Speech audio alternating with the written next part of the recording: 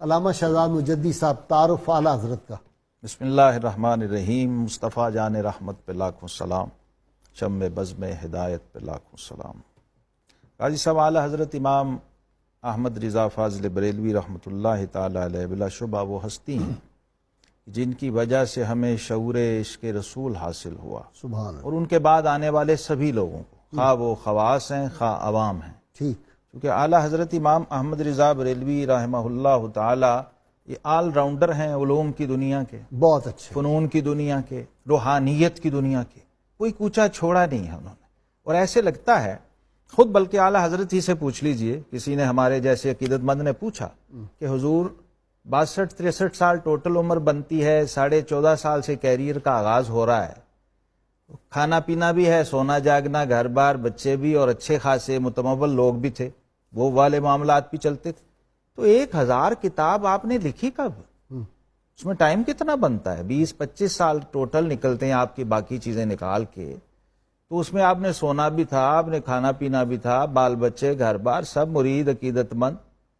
تو اعلیٰ حضرت امام احمد رضا بریلوی رحمۃ اللہ نے فرمایا کہ مجھے میرے رب نے، بلکہ فرمایا مجھے ذات القادر نے دست عبد القادر میں یوں تھما دیا ہے، واہ، چن قلم در دست کاتب، واہ واہ، جیسے قلم کاتب کے ہاتھ میں ہوتا سبحان ہے، اللہ، لوگ سبحان سمجھتے ہیں قلم لکھ رہا ہے، حقیقت میں کاتب کا ہاتھ پیچھے چل رہا ہوتا ہے۔ واہ واہ واہ، تو یہ اعلیٰ حضرت کے نزدیک ان کے سارے کمالات و تصرفات کے پیچھے نسبت قادریہ کا فرما ہے، اور فنا ہے بارگاہ غوثیت میں۔ او ہو اعلیٰ کمال ہے حضرت جو تصرفات غوثیہ کا سمجھیے آپ نے مجسم اور عملی مظہر دیکھنا ہو، صحیح وہ خواب ہے، تو امام احمد رضا فاضل بریلوی رحمۃ اللہ یہ تعالی جماعت علی شاہ صاحب کا بلا خواب شبہ ہے۔ وہ خواب جو آپ ابھی بیان کر رہے تھے، اعلیٰ حضرت کو بارگاہ غوثیت سے فنائیت کی حد تک تعلق تھا، واہ، اور اس فنائیت کا کمال یہ ہے کہ اتنے مختصر سے عرصے میں کنز الایمان جیسا ترجمہ بھی ہو گیا، ہدایت بخشش جیسا دیوان بھی بن گیا،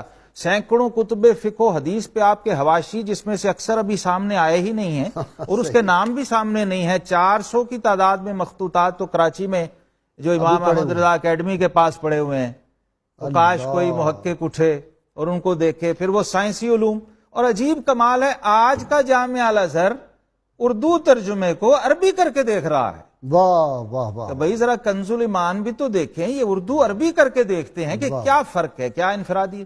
پھر ہدایت بخشش پورا بساتین الغفران کے نام سے عربی ہو رہا ہے، ہاں، اور ہدایت بخشش کی کئی شروع لکھی جا چکی ہے، اور وہ ابھی بھی جاری ہے، پوری ابھی نہیں، کام جاری ہے۔ جی علامہ شہزاد مجدی، حدیث میں آپ کا بہت بڑا مقام ہے۔ بلا شبہ اعلیٰ حضرت امام احمد رضا محدث بریلوی رحمۃ اللہ محدث بھی ہیں، اور محدث اعظم ہے اپنے وقت کے۔ کمال یہ ہے سبحان اللہ، تفسیر میں مفسر اعظم ہے، فقہ میں فقیہ اعظم ہے، اور حدیث میں محدث اعظم، اور یہ میں نہیں کہہ شاعر اعظم، شعر میں تو سبحان شاعر اللہ، اعظم۔ الفضل ما شاہدت بالادا، اہل ندوہ نے جب فقہائے ہند کی لسٹ بنائی نا جی، بظاہر نظریاتی اختلاف تھا، لیکن سب سے اوپر اعلیٰ حضرت کا نام لکھا۔ واہ ان کا جی یہ کیوں؟ ان کا فتاوی رضویہ دیکھ لو، واہ واہ، بلکہ فتاوی عالمگیری سے جب کمپیریزن کرتے ہیں نا آپ، وہاں تو 500 علماء تھے جی، 500 یہاں اکیلا علماء، وہاں تنے تنہا ایک شخص، 500 علماء 8 جلدیں کام بانٹ کے، اور یہاں تنے تنہا 30 جلدیں، وہ بھی ظاہر ہے اگر باقی تفصیلات میں جائیں تو جیسے آپ نے کہا بہت بڑھ سکتی ہیں۔ اچھا جی، جینیس آف دی ایسٹ تو میرے خیال ہے ان کو کہنا چاہیے، ہیں یہی ڈاکٹر پچھلی دو فیصل مسعود احمد صاحب نے لکھ دیا نا، جینیس آف دی ایسٹ کے نام سے ان پہ کتاب ہے پوری، ہاں، جن کا آپ نے نام لیا۔ اعلیٰ حضرت کا غازی صاحب رد بدعات میں صرف ایک مثال عرض کر دیتا ہوں، الزبدۃ الزکیہ لتحریم سجود التحیہ، یہ عرب دنیا میں چھپ چکی ہے عربی ہو کے، اور لوگوں کو سمجھ آ گئی اور اتمام حجت ہو چکا ہے۔ اب بھی کوئی میں نہ مانوں کی رٹ لگائے تو پھر وہ اس کا نصیب ہے۔ ٹھیک ہے، سینکڑوں آیات اور سینکڑوں احادیث اور سینکڑوں اقوال فقہا سے، ایک صاحب نے اس وقت کے سجادہ نشین تھے دلی کے، انہوں نے لکھ دیا پیر کو سجدہ تعظیمی جائز ہے۔ آج کل جو لوگ اعلیٰ حضرت کو بدعت کا پروموٹر سمجھتے ہیں، اعلیٰ حضرت کو چاہیے تھا ان کے حق میں 10-15 کتابیں لکھ دیتے، لیکن انہوں نے ان کے رد میں لکھا اور ان کی اصلاح کی کہ یہ ہمارا مسلک و عقیدہ نہیں ہے، ہمارے اسلاف کو، ہمارے بزرگوں کو آپ بدنام نہ کریں۔ دلائل سے سامنے ہے وہ نوبہار، سجدے کو دل ہے بے قرار، روکیے سر کو روکیے، یہ ہے اعلیٰ حضرت، ہاں روکیے یہی سر کو امتحان ہے، روکیے، روکیے ہاں سر یہی کو۔ امتحان ہے۔ تو کیا تھا پیچھے؟ قرآن تھا، پیچھے حدیث تھی، یعنی اعلیٰ حضرت کا عشق بے لگام نہیں ہے،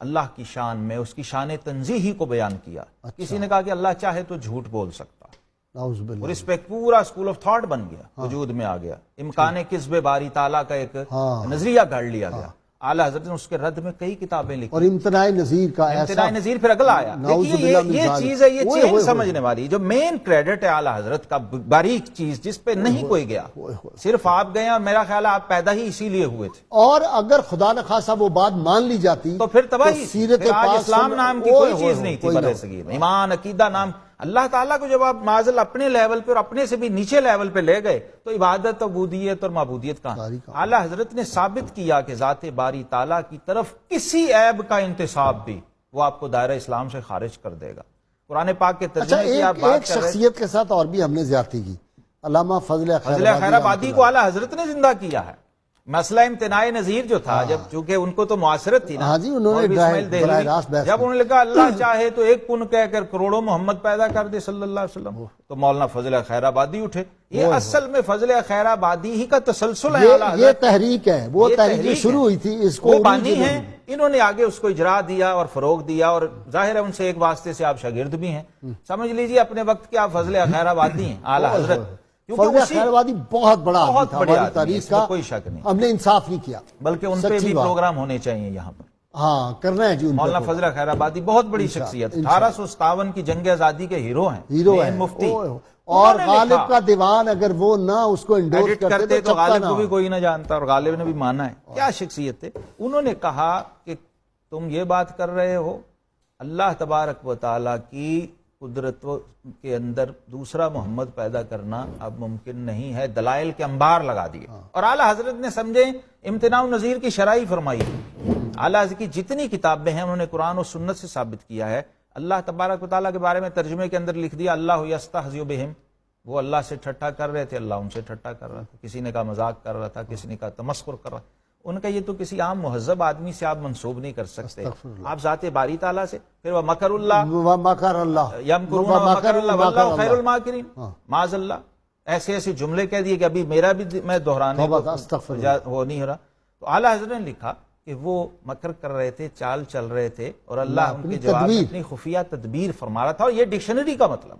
اسی طرح سورہ الرحمن جب شروع ہوتی ہے نا غازی صاحب، ایک صاحب میرے پاس آئے ایک لسٹ بنا کے، کہیں گے جی آپ بڑے اعلیٰ تعالیٰ کرتے ہیں، یہ بتائیے ترجمہ کیا ہے یہ 18 میں لایا ہوں ریفرنس نکال کے کنز الایمان سے، یہ کس لفظ کا ترجمہ ہے؟ علامہ البیان، کہ ہم نے آپ کو ما کان وما یکون کا علم دیا. یہ ترجمہ ہے کنز الایمان علامہ البیان کا. تو میں نے کہا بھئی آپ اعلیٰ حضرت سے اوپر کسی کو مانتے ہیں؟ کہا جی مانتے ہیں. میں نے کہا کوئی نام لے لو، کوئی بڑا نام. کہنے لگا قاضی ثناء اللہ پانی پتی. میں نے کہا ٹھیک. میں نے تفسیر مظہری نکالی، علامہ البیان، سیم وہی لفظ وہی ترجمہ تفسیر مظہری کے اندر موجود تھا. لیکن اعلیٰ حضرت کا کمال کیا ہے؟ میں نے کہا اب ان پہ بھی فتویٰ لگاؤ بھائی. اعلیٰ حضرت کا کمال یہ ہے غازی صاحب، انہوں نے قلم سے نہیں لکھا، انہوں نے ترجمہ ڈکٹیٹ کروایا ہے. اچھا ڈکٹیشن. اچھا ایک بندہ بیٹھے اور لکھ رہا ہے. کیا مہارت ہوگی، مہینے میں جو حفظ کیا ہے قرآن، کیا نظر تھی. اور ترجمہ تفسیری ہے. عجیب و غریب بات یہ، اس ترجمے کی سب سے بڑی خصوصیت یہ ہے کہ یہ آپ کو تفسیروں سے بے نیاز کر دیتا. کوئی شک نہیں. آپ صرف کنز الایمان رکھ کے بیٹھ لیجئے، سمجھے آپ نے ابن جریر طبری سے لے کے مظہری تک سب کھولا ہوا ہے. اور پھر اس پہ جب صدر الفاضل کا حاشیہ آ جائے، نعیم الدین کامل مراد آبادی کا کمال ہے.